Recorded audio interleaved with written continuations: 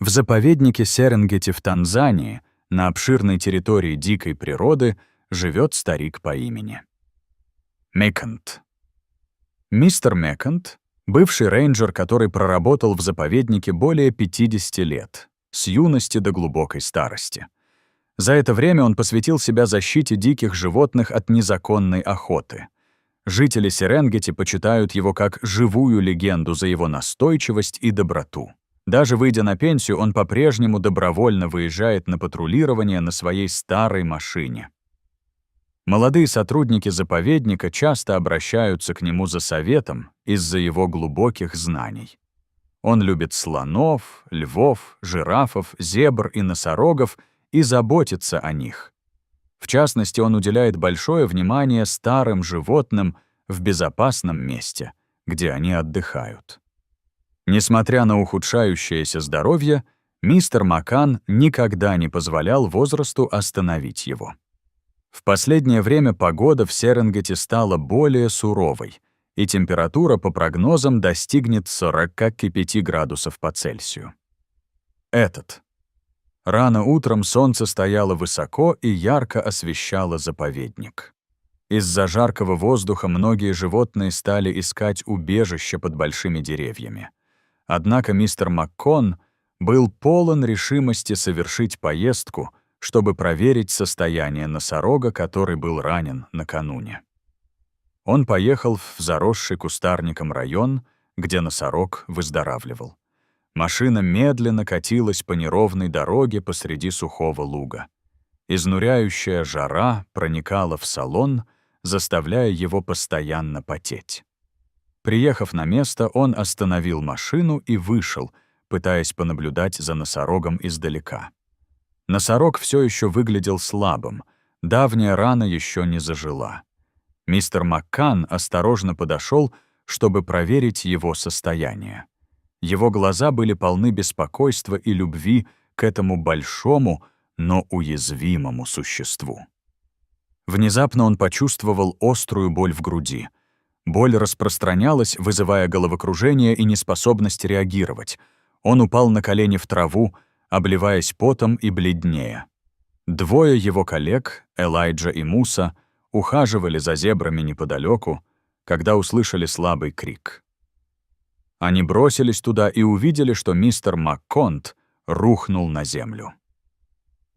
Элайджа наклонился, чтобы проверить пульс, и понял, что его сердце бьется неровно.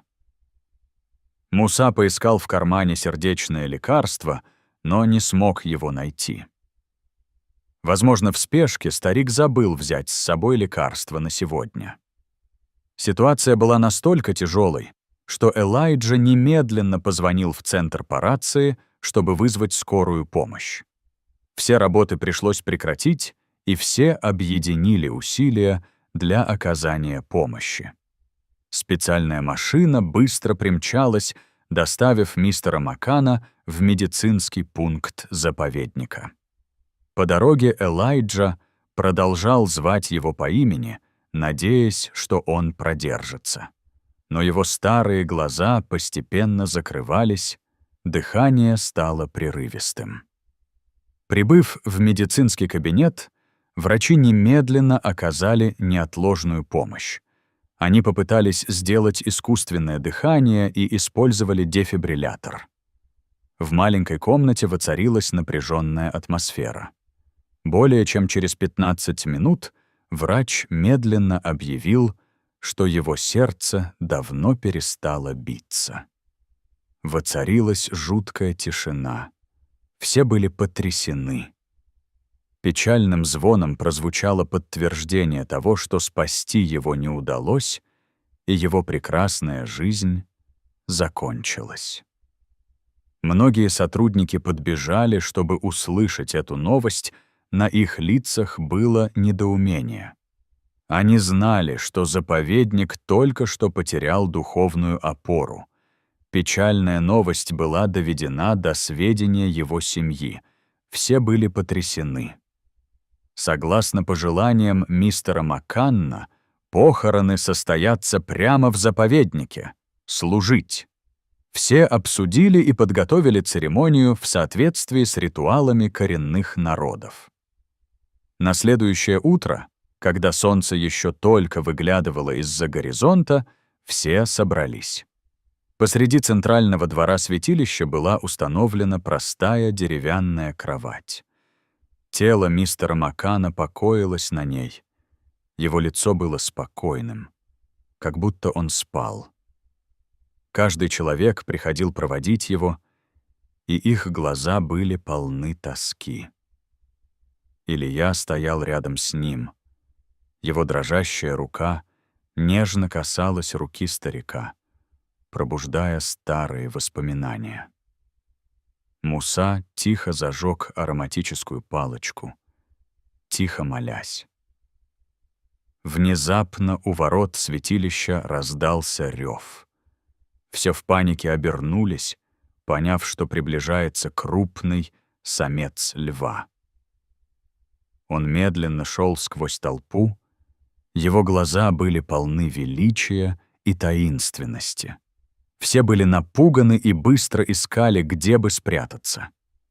Лев зарычал, как бы заявляя о своем присутствии, но не проявлял никакой агрессивности. Он приблизился к деревянной кровати, на которой лежал старик. Никто не осмеливался произнести ни слова, все молча смотрели на могучего зверя. Лев обошел вокруг кровати, затем остановился в изножье, склонив голову, словно вспоминая.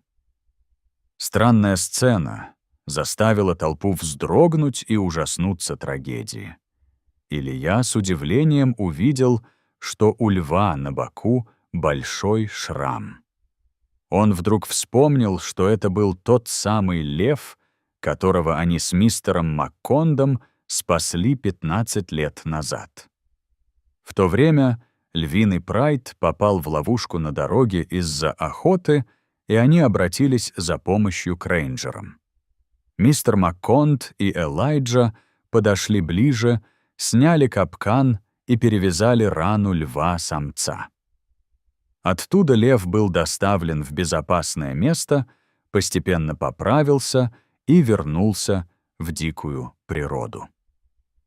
Возможно, он молча наблюдал за своим благодетелем в течение многих лет. Когда он услышал, что мистер Макконд скончался, он каким-то образом пришел попрощаться. История о преданности и благодарности льва тронула всех. Элайджа осторожно приблизился, пытаясь успокоить льва. Мужчины. Удивительно, но лев просто спокойно склонил голову, не проявляя никакой агрессии. Постепенно остальные тоже смело шагнули вперед, разделяя священный момент. Первоначальный страх исчез, сменившись общей скорбью по поводу кончины старика. После того, как похороны завершились в центральном дворе, все отнесли его тело на поросшее травой поле, где он был любим. Лев продолжал медленно следовать за ним, безостановочно рыча, словно выражая свою боль. Группа остановилась в месте, где росло большое тенистое дерево и росла зеленая трава. Они начали копать тихую могилу и осторожно опустили в нее мистера Махонда. Все обитатели святилища затаили дыхание, наблюдая за последним прощанием.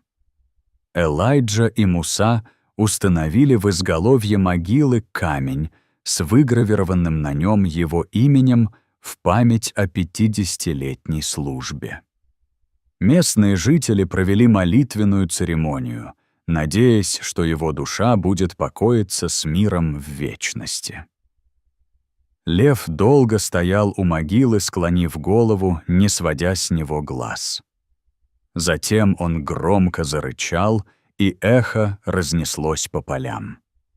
Рев был душераздирающим, похожим на трагический крик человека, потерявшего благодетеля. Через некоторое время группа тихо ушла, оставив позади только одинокого льва.